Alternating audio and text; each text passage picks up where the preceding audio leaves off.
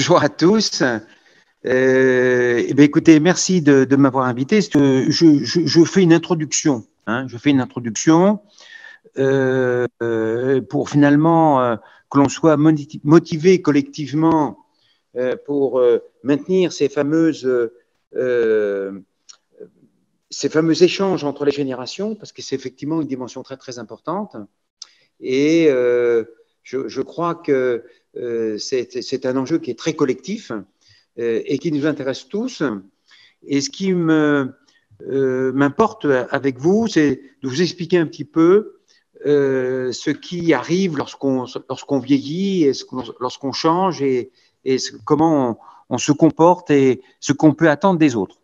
Alors, diapositive initiale, c'est effectivement une diapositive sur le vieillissement de la population. Alors, on dit que ce vieillissement, il se fait de manière importante depuis les années, je dirais, 70, 75, notamment en France. Mais en fait, il faut se rendre compte qu'il n'est pas du tout terminé, puisque quand on compare la pyramide des âges de 2015 par rapport à celle qui nous attend à la fin du siècle, eh bien, on s'aperçoit que les personnes qui vont avoir un âge au-delà, je dirais, de 70 ou plutôt de 80, plutôt parce que 80 c'est pour l'en plus significatif, soit du côté des femmes, soit du côté des hommes, va augmenter de manière absolument considérable encore, et ce, aux dépens d'une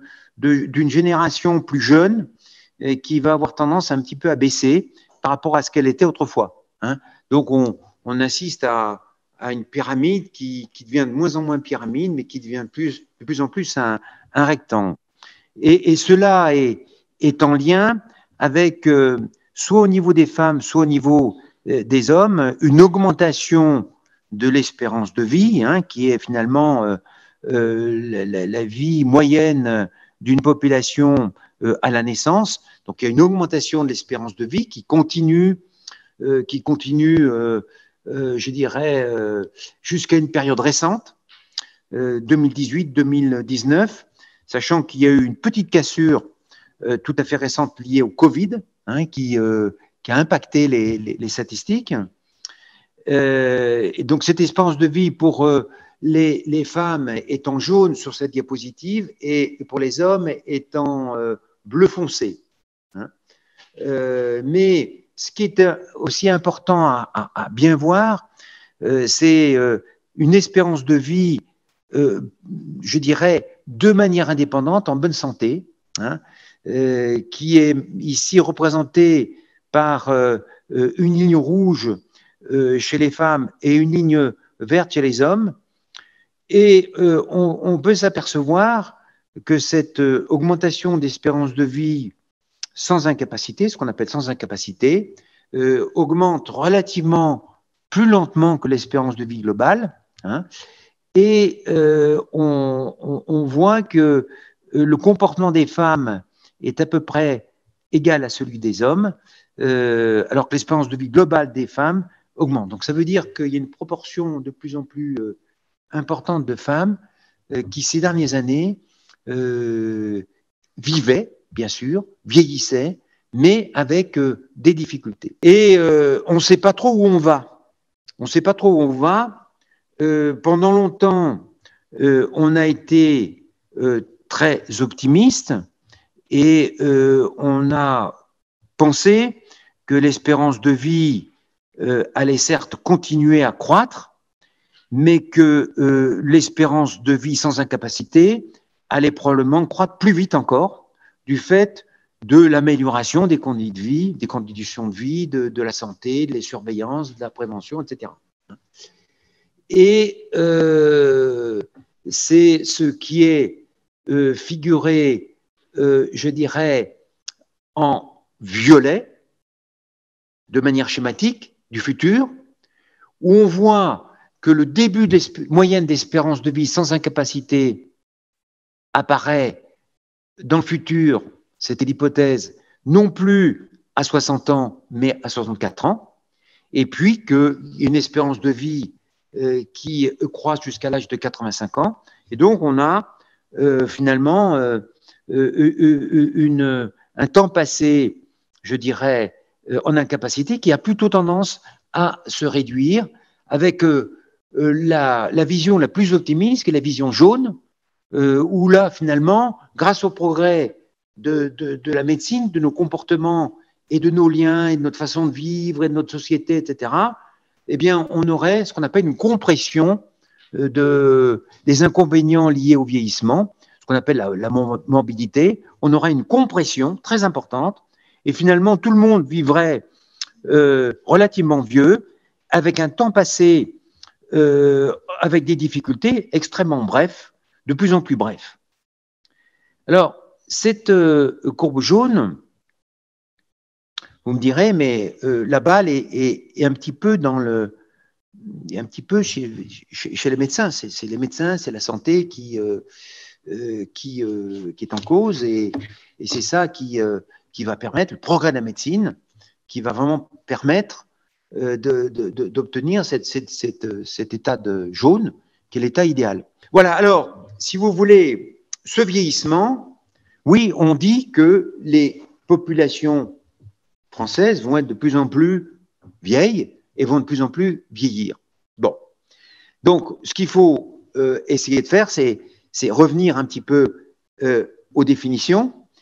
Le vieillissement, c'est un processus lent et progressif, consécutif à l'action du temps, c'est-à-dire consécutif à l'action des années qui passent, tant qu'on est vivant. Hein. C'est-à-dire que lorsqu'on est toujours en survie, eh bien, on est toujours victime, entre guillemets, du vieillissement. Et c'est vrai qu'il faut distinguer vieillissement et maladie. Et ce qu'il faut aussi comprendre, c'est que plus on avance en âge, plus on est dans des situations diverses. Il y a une diversité, hein, il y a une façon de vieillir qui change beaucoup d'un individu à l'autre. C'est-à-dire qu'on est de plus en plus inégal vis-à-vis de ce vieillissement. Et lorsqu'on examine des personnes âgées, on se rend compte qu'elles sont dans des situations très hétérogènes et qu'il y a des différences entre une population de personnes jeunes qui sont assez proches les unes des autres en termes de performance, par exemple, de performance musculaire ou de performance de vision. Hein, et plus on va s'intéresser à des personnes un petit peu plus âgées, plus ces performances vont être hétérogènes d'une personne à l'autre sur l'action, effectivement, du temps, hein, qui va intervenir. Et en gros, on admet qu'il y a 50% à peu près des gens qui ont un vieillissement un peu standard, mais qui se débrouillent pas mal. Il y a des exceptions vers le haut, c'est ce que les Américains appellent, et c'est un terme qui est abandonné parce que c'est pas un terme qui est correct, c'est ce qu'ils appellent le vieillissement réussi. C'est à peu près 25% d'une population. Et puis, vous allez avoir 25% d'une population âgée qui va être la victime d'un certain nombre de pathologies significatives et qui vont vraiment impacter leur vie quotidienne. Donc, vous voyez un petit peu cette population.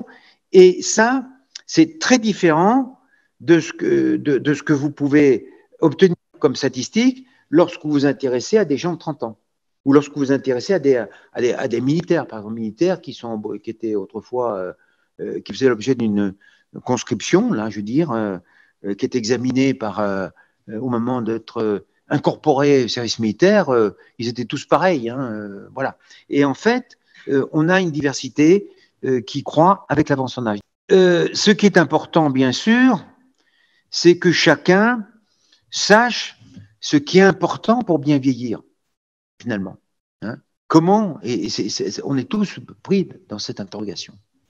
Qu'est-ce qui vaut la peine pour nous? Et ce qui est compliqué, c'est que les conseils qu'on peut donner pour bien vieillir, ils dépendent beaucoup de votre environnement, ils dépendent beaucoup de vos appétences, ils dépendent de vos liens sociaux, ils dépendent de votre histoire de vie, ils dépendent de vos centres d'intérêt, et en fait, on est beaucoup obligé pour être pertinent, pour donner des conseils, de faire, je dirais, un travail à la carte. C'est-à-dire des conseils à la carte. Et c'est pour ça que beaucoup des actions, on parlait des mutuelles, qui visent, je dirais, une standardisation complète, par exemple pour la prévention des chutes, sur tous les gens, par exemple 65 ans, pour faire une prévention des chutes, c'est très très bien, on sait que c'est très important, la prévention des chutes, sauf que pour 30% de cette cohorte, ça sera utile.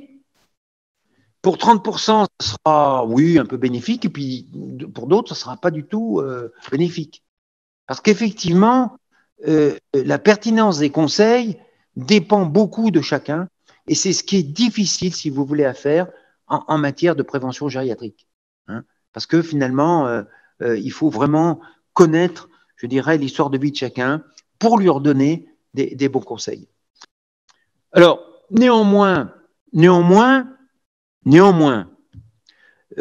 on a quand même des caractéristiques médicales qu'on retrouve, mais c'est pas absolu.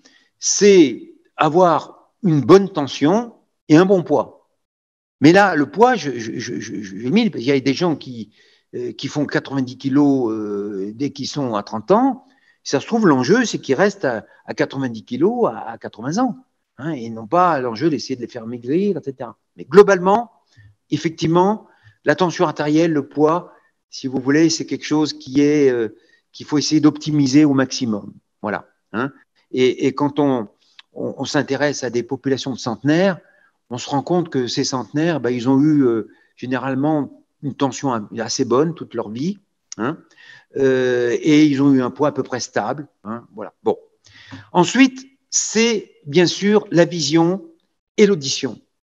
Et tout de suite, il y a une interrogation, si vous voulez, autour de ça, c'est comment on arrive à maintenir sa vision et sa bonne audition. Et moi, je ne vous le dis pas, mais vous voyez, là, moi, je suis déjà très, très pénalisé, parce que si vous m'aviez demandé de faire mon topo là-bas, eh bien, je ne voyais plus rien, et j'étais complètement en dehors de la séance. Hein. Et c'est pour ça que je me suis mis près de l'écran, parce que, mais j'essaye de bien voir, mais je me suis rapproché pour bien voir. Vous voyez, hein. Donc c'est important.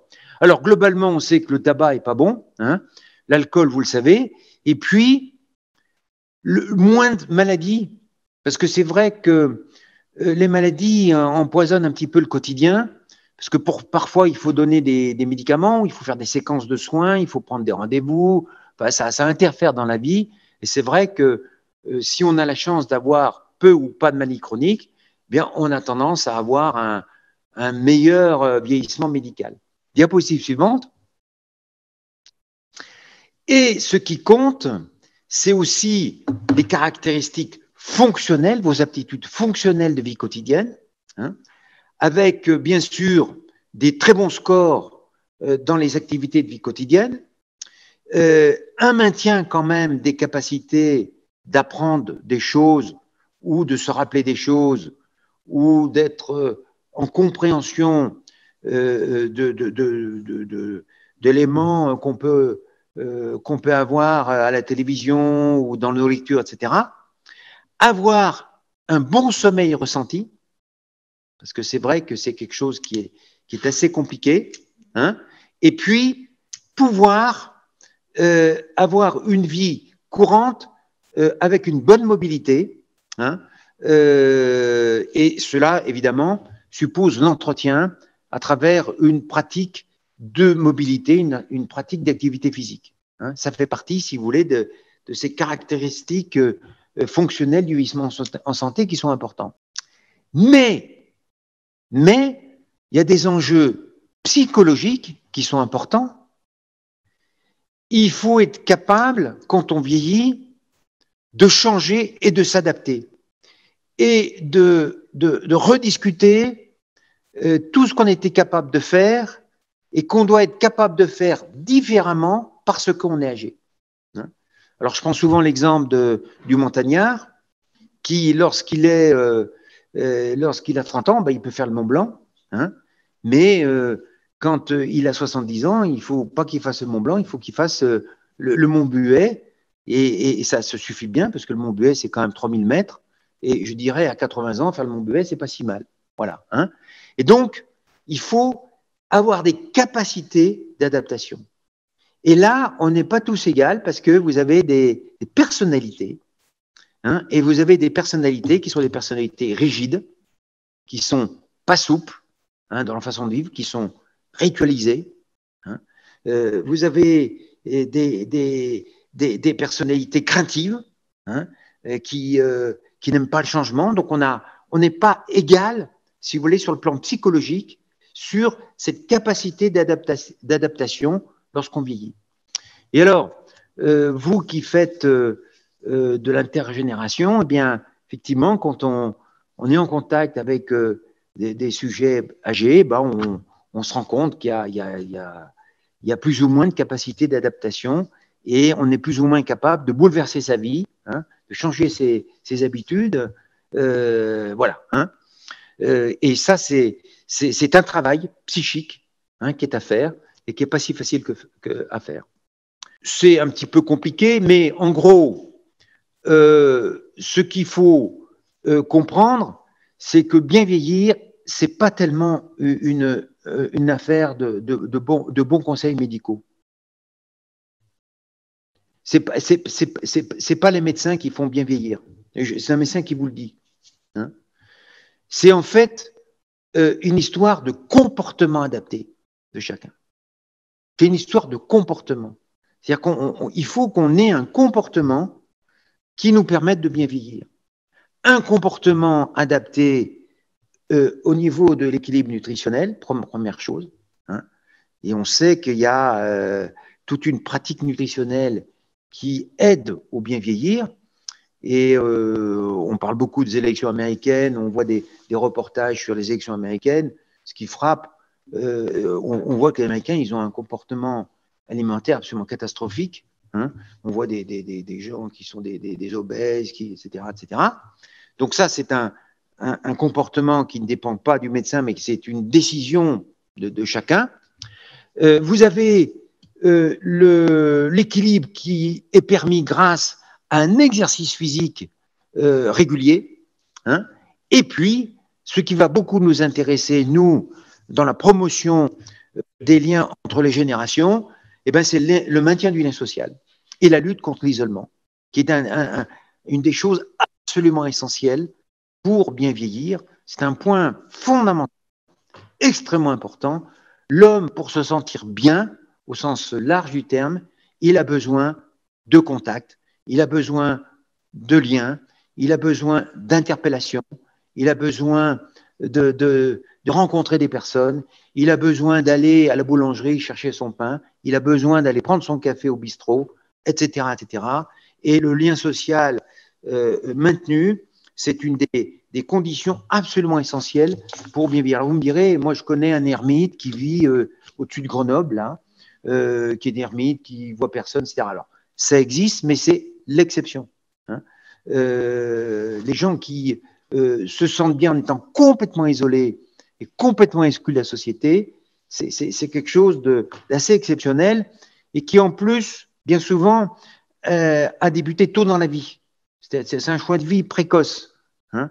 Mais lorsqu'on est sur la lancée pour bien vieillir, qu'on a été habitué à rencontrer des gens, par exemple, dans le cadre de son métier, ce métier, on était, par exemple, on travaillait ici à Manu France, on rencontrait des tas de gens, on était en contact, eh bien, ce lien social, il faut pouvoir le transformer, mais le continuer, parce qu'on est habitué à rencontrer des gens, et pour bien vieillir, c'est extrêmement important. Et c'est vrai que lorsqu'on voit ce qui se passe à partir d'un certain âge, et ça, je fais état d'une statistique proposée par le Sénat, un rapport du Sénat sur la prévention de la perte d'autonomie qui est paru en 2022. C'est un peu compliqué à lire, mais vous avez d'un côté les femmes, d'un côté les hommes, mais ce qui frappe, c'est qu'au-delà d'un certain âge, eh bien, on s'aperçoit qu'il y a de moins en moins de violet, hein, et qu'il y a de plus en plus de rouge, Et les femmes, il y a beaucoup de rouge, il y a du jaune, et il y a de moins en moins de vert. Hein. Ça veut dire qu'il faut se rendre compte, c'est qu'au fur et à mesure qu'on vieillit, ça fait partie des problèmes du vieillissement, problématiques du vieillissement, c'est que on a de plus en plus, je dirais, de situations de vie seule, de vie en dehors du couple, et qui fait qu'effectivement, les liens sociaux dont on sait que c'est essentiel, eh bien, ils sont un peu compromis par les événements de vie. Et cela génère, en quantité tout à fait importante, un sentiment de solitude. Sentiment de solitude, c'est-à-dire que solitude, c'est un sentiment psychologique, c'est un sentiment négatif, c'est un vécu péjoratif, hein, et ce sentiment de solitude, il est là ici illustré selon la situation conjugale des personnes, hein. Eh bien, on voit que effectivement, les gens qui sont veufs ou séparés, eh bien, un bon tiers d'entre eux vivent mal cette affaire, ils vivent un sentiment de solitude. Et effectivement, là, il y a danger, hein, il y a risque, parce qu'effectivement, bon, quand on est seul, maintenir les liens sociaux, c'est quelque chose de moins facile. Hein, et il faut avoir probablement une politique volontariste, et il faut probablement être accompagné. Hein. Donc, vous voyez, sentiment de solitude déclaré selon la situation conjugale, évidemment, savoir que les gens qui sont veufs, séparés, divorcés, les célibataires, c'est un peu particulier parce qu'ils ont un parcours qui est plus ancien, enfin, qui est un peu différent, mais je pense beaucoup à ces deux premières catégories, et c'est vrai que plus d'un tiers vivent mal cette affaire. Et alors, effectivement, on a des régions qui sont plus ou moins conviviales, qui s'expliquent pour des raisons géographiques, où les liens sociaux sont moins faciles, soit parce qu'il y a des énormes villes avec, soit au contraire, il y a des distances très importantes. Alors, je pense à tout le centre de la France, mais on voit que la région Rhône-Alpes, là, je ne vois pas où elle se trouve, mais la première, elle est assez bien placée. Hein, mais enfin, rien n'est gagné, elle est assez bien placée. Il y a d'autres régions. C'est le centre de la France, hein, c'est ça? Où il y a... Val-de-Loire. Val-de-Loire, oui, parce que c'est on a un peu parlé, vous savez, avec, il y a une diagonale où il y a un peu une désertification finalement, avec des villes moyennes, des villes un peu qui se dépeuplent, où justement les liens sociaux sont moins faciles. Et ils ont fait une enquête, c'est à l'occasion du Covid, hein, ou c'est avant le Covid, hein, c'est ça? Oui, c'est avant le Covid. On avait montré qu'en fait, il y avait une certaine inégalité dans l'isolement et la solitude selon les régions de France. Mais dans notre région, on est assez bien placé. Et alors, le confinement, bien sûr, a pas arrangé les choses, hein, a pas arrangé les choses. Et ce qui est important, là, je pense que Jean-Paul en parlera beaucoup mieux que moi, c'est qu'avec le confinement, les gens ont perdu, pour un certain nombre, l'habitude d'entretenir les liens sociaux. Parce que quand on vieillit, vouloir entretenir ces liens sociaux, ça demande un effort. Ça demande un effort tous les jours. Hein, il faut se bouger un peu pour aller à une telle ou telle réunion, telle ou telle activité, l'aquagym, bon, oh, j'ai pas envie d'y aller, il fait pas beau, oui, etc. Bon. Et beaucoup de personnes, avant le Covid, étaient dans une dynamique de liens sociaux, ils ne s'en rendaient pas compte. Et puis, le Covid, finalement, a cassé ces possibilités de liens. Et en fait, ça a eu une conséquence absolument énorme. Et on ne s'en est pas tellement rendu compte tout de suite, mais ça a eu des conséquences absolument énormes.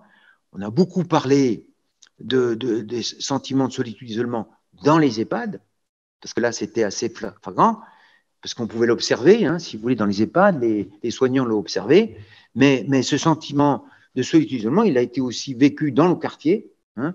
Et là, je pense que Jean-Paul pourra dire un peu ce qui s'est passé et comment on a la difficulté à relancer des liens l'ensemble de quartiers. Mais il faut savoir que cette période de Covid a été effectivement très néfaste pour le bien vieillir, sachant que dans le trépied du bien vieillir, le maintien des liens sociaux, c'est quelque chose qui est d'une importance absolument capitale. Alors, bon, les facteurs d'isolement, on les connaît. J'ai pas mis parce que finalement, ça fait pas partie des choses qu'on avait l'habitude d'analyser, le confinement induit par le virus. Parce que finalement, ça a été une des grandes raisons hein, de l'isolement récent, hein, sociétal, avec un impact considérable sur le plan sociétal. Hein. Mais dans des facteurs d'isolement, il y a les problèmes de mobilité, il y a des gens qui ne peuvent pas avoir la mobilité suffisante. Vous avez bien sûr des gens qui se laissent dépasser par le numérique, hein, qui sont un gros facteur d'isolement actuellement. Hein, la précarité économique, bien entendu, hein, la perte d'autonomie, mais il y a aussi l'histoire du décalage entre générations, qui est un facteur d'isolement, et c'est pour ça que je l'ai mis en italique, parce que c'est un des facteurs qui nous intéresse tout particulièrement aujourd'hui. Mais vous voyez, il me manque l'item Covid. Hein, j'aurais dû rajouter le thème Covid. C'est une grosse erreur que j'ai faite. J'ai complètement oublié de mettre le facteur Covid, qui est un facteur extrêmement important. Alors, si vous voulez, il y a des modèles de relations. Ce qu'il faut savoir, c'est que c'est pas si facile que ça d'avoir des liens fluides et simples. Et du coup, des sociologues ont fait des modèles de relations entre les vieux et les jeunes. Hein. Alors, il y a un premier modèle qui est un modèle négatif, hein, basé sur le conflit hein, et l'interdépendance. Alors, avec des écarts de valeurs et de culture, les jeunes et les vieux n'ont pas les mêmes valeurs et de culture. Les problèmes de financement, les vieux sont très riches, les jeunes n'ont pas de quoi vivre. Et puis, les problèmes de technologie, c'est-à-dire que les vieux sont has-been au point de vue technologie et les jeunes sont la technologie. Bien. Vous avez au contraire un modèle où il y a une solidarité avec une interdépendance positive parce qu'il y a dans certains pays effectivement beaucoup d'entraide, redistribution hein, qui se fait. Vous avez une place de la famille considérable et c'est très vrai, nous en France par exemple, dans le Pays Basque, le Pays Basque, il y a des solidarités entre générations qui sont très importantes, si bien que au Pays Basque, par exemple, il y a beaucoup moins de maisons de retraite, il y a beaucoup moins de gens âgés qui sont dans des maisons de retraite que dans nos régions. Hein, il y a des différences de cette nature. Et puis, vous avez une entraide financière qui s'organise. Hein, voilà. Et puis, vous avez le modèle des gens qui vivent chacun de leur côté, hein, des générations qui vivent chacun de leur côté. Hein, bon, où tout le monde il est beau, tout le monde va bien, il n'y a pas de conflit, mais chacun est dans son coin. Hein, voilà. Hein. Et puis, vous avez une certaine ambivalence possible, un autre modèle sur une ambiguïté des rôles. C'est par exemple le politique qui ne veut pas céder sa place. Hein, Biden, par exemple, qui ne cède pas sa place. Hein, on pourrait prévoir un président des États-Unis plus jeune. Hein, hein, ça crée des ambivalences. Et puis, vous avez d'autres ambivalences. C'est par exemple avec la conduite automobile des personnes âgées. Hein, est-ce que vraiment il faut continuer à permettre la conduite automobile au-delà d'un certain âge? Donc, vous voyez, vous avez des relations qui peuvent être assez ambivalentes. Donc, vous avez des sociologues qui ont fait toute une analyse de ces liens entre les générations, des comportements et qui ont analysé tout ça. Diapositive suivante. On va peut-être y revenir du reste. Alors, c'est vrai que, si vous voulez, bon, si on veut considérer que les relations sont solidaires, de plus en plus, à partir d'un certain âge, il va falloir avoir un regard et se préoccuper de la situation de nos aînés et apprendre à repérer ce qu'on appelle les facteurs de fragilité, c'est-à-dire ces personnes qui petit à petit perdent pied parce que, bon, elles avancent et qu'elles vivent un certain nombre de choses. Et vous voyez que on peut perdre pied parce qu'on est très âgé, on peut perdre pied parce qu'on est très isolé, hein, on peut perdre pied parce qu'on a un logement qui, par exemple, ne permet plus de faire des courses. Hein. Autrefois, nous, à Saint-Étienne, on avait beaucoup ça. On avait des gens qui vivaient des 4e étages et qui ne pouvaient pas aller faire les courses parce qu'elles ne pouvaient plus descendre les escaliers. Hein. Vous avez des problèmes d'hygiène, vous avez des aides professionnelles qui sont importantes. On avait un maintien à domicile autrefois qui n'était pas assez organisé. Maintenant, ça s'est beaucoup développé. Hein. On peut perdre pied parce qu'on est confiné. Bon, on l'a vu avec le Covid. Hein. On peut perdre pied parce qu'on fait des chutes à répétition, parce qu'on a des périodes où on est un peu confus, désorienté, hein, parce qu'on a une moins bonne vue, une moins bonne vision, hein, et puis parce qu'on subit un traitement lourd. Et vous voyez que tout ça, pour que ça soit, je dirais, analysé, eh bien, il faut qu'il y ait une vision un peu globale de ces personnes, et ce n'est pas uniquement une affaire médicale. Vous voyez, c'est ça qui est intéressant, c'est-à-dire qu'en fait, ça doit être une préoccupation de tout un environnement aidant pour ces personnes âgées qui vieillissent. Et vous voyez que il y a un intérêt, si vous voulez, à un signalement, une prise en charge précoce, hein, parce que si on laisse s'installer trop un certain nombre de ces facteurs, eh bien on aura beaucoup de peine à faire marche arrière. Diapositive suivante. Oui.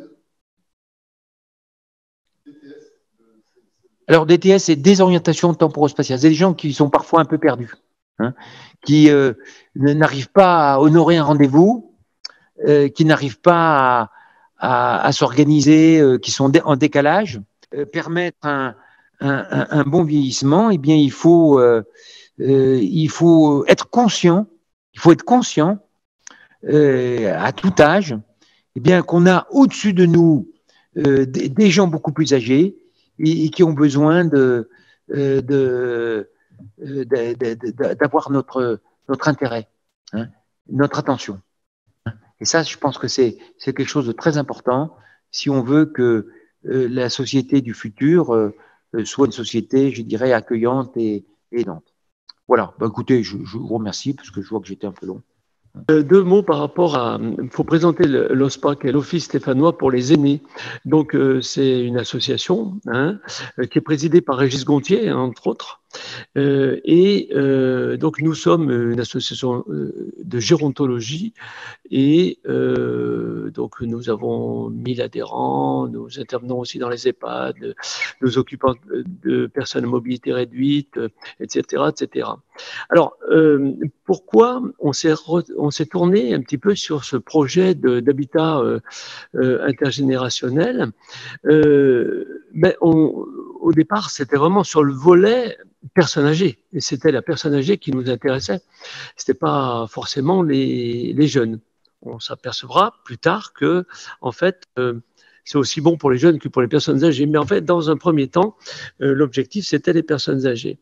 Et alors, pourquoi? Parce que sentiment de solitude, hein, c'était surtout ce qu'on nous racontait. Et puis aussi, pour répondre à des soucis que pouvaient avoir les familles, les enfants, avec des personnes âgées vieillissantes, des personnes âgées qui étaient veuves depuis peu de temps. Et donc, on s'est dit, pourquoi pas lancer ça. Donc, il y a une dizaine d'années, on a dit, on va essayer. Alors, on nous a pas très encouragés, hein, parce qu'on nous disait, mais Saint-Étienne, les loyers sont pas chers, donc vous trouverez pas de jeunes. Alors, bon, C'est tout à fait vrai. C'est tout à fait vrai. C'est peut-être moins facile qu'ailleurs. Les locations, comme elles sont pas chères, il y a beaucoup de jeunes qui habitent en colocation, hein. Donc, on peut pas comparer les villes. En tout cas, c'est une chose qu'on s'est rendu compte là, au bout de 10 ans. Surtout qu'on est réunis avec d'autres associations de la région Rhône-Alpes. Donc, tout à l'heure, je passerai la parole à notre présidente. Et donc, c'est vrai qu'on est différent. Saint-Étienne est quand même plus compliqué.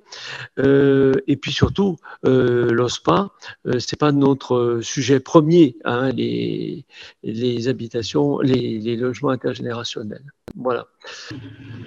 Par exemple, quand on nous a dit que dans les 4 derniers kilomètres, quand vous arrivez, vous ralentissez. Et je trouve que ça, c'est un très bon principe pour éviter des accidents. En plus, sur les chutes, je trouve que c'est bien parce que les chutes, si on ne prévient pas, si on est en forme, on ne pense pas qu'on va tomber. Et si on a la chance de tomber avant, c'est là qu'on va prendre conscience. Voilà, c'est deux choses, la chute. Et peut-être aussi sur le déambulateur. On a souvent, il faut peut-être mettre très vite les gens sur un déambulateur pour qu'ils puissent peut-être avoir un équilibre, qu'ils puissent avoir une mobilité, mais par contre, il faut lutter sur le fait qu'ils ont l'impression d'être handicapés si on leur met un déambulateur. Là, ce sont des personnes, effectivement, qui sont quand même avec des mobilités, je dirais, très réduites, qui ont eu probablement, effectivement, des expériences de chute à répétition et qui, pour s'apporter de la sécurité, utilisent un déambulateur. Donc, c'est vrai que dans une politique de prévention, on va essayer de donner des conseils, je dirais, avant que cette situation soit observée, parce que c'est vrai que pouvoir marcher très librement, une fois qu'on a pris l'habitude d'avoir un déambulateur un peu pour tout déplacement, ça reste compliqué, hein. Donc, c'est vrai qu'il faut essayer de s'entretenir physiquement, je dirais en amont, hein, en avant d'arriver là. Donc, ce que je voulais dire, c'est que quelqu'un qui vit bien, c'est quelqu'un qui s'adapte effectivement, et quelqu'un qui ne veut pas comment dirais-je, se mesurer et se mettre des défis comme s'il était jeune, hein, parce que ça, c'est pas forcément très bon, hein, sur le plan psychologique, de vouloir faire des performances comme si on était jeune. Ça n'a pas beaucoup de logique, hein. Il faut pouvoir s'adapter. Je crois que c'est très important pour sentir bien, pour avoir un bon vieillissement, pour avoir l'impression qu'on vit en santé. Il faut s'adapter, hein, dans ses défis, dans sa vie quotidienne, dans ses objectifs, etc., etc. Oui, voilà. Mais il y en a qui, en se croyant trop fort, continuent de monter sur un escabeau. Exactement. Et quand ils chutent, après, c'est fini pour eux, en quelque sorte. Après. Exactement. Et ça, je trouve que c'est intéressant quand on parle de prévention, quoi. Même très tôt, qu'on dit aux gens, attention à ça, et c'est ce qui se fait quand même. Exactement. L'escabeau, la chaise, des choses comme ça, et déjà. Après, ça dépend des caractères, ça. Hein. Non, mais... On a beau faire de la prévention, si la personne a le caractère de vouloir monter sur un marchepied, ça, c'est pas facile de l'empêcher. Hein.